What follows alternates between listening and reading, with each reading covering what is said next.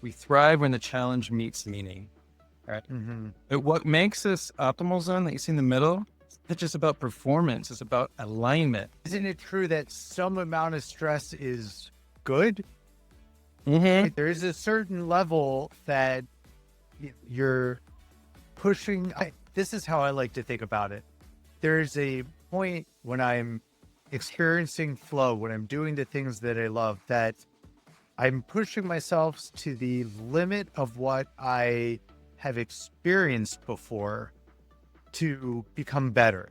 It's like building a muscle, right? You're doing something and you're forging a new path or forging new ground, which is very different than when I think about, hey, I am stressed and I'm not aligned with this role. And I've had jobs like that where I'm completely not aligned with the role and don't know or understand how I'm going to meet the expectations.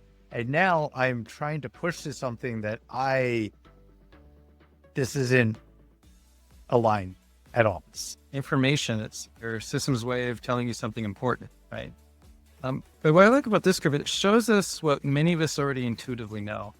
We thrive when the challenge meets meaning, right? Mm-hmm. But what makes this optimal zone that you see in the middle? It's not just about performance, it's about alignment. And this is kind of where I'm coming from. Alignment with what? Alignment with your inner self or your true self. Mm-hmm. Because when your outer efforts, like those efforts you were talking about, when they're in sync with our inner truth, we feel energized, we feel authentic, right? We feel creative. The burnout begins when we override that feedback, kind of like we were talking about earlier. You're overriding your feedback, meeting the expectations and demands of the external world or how you think the external world wants to be seen by you or interact with you.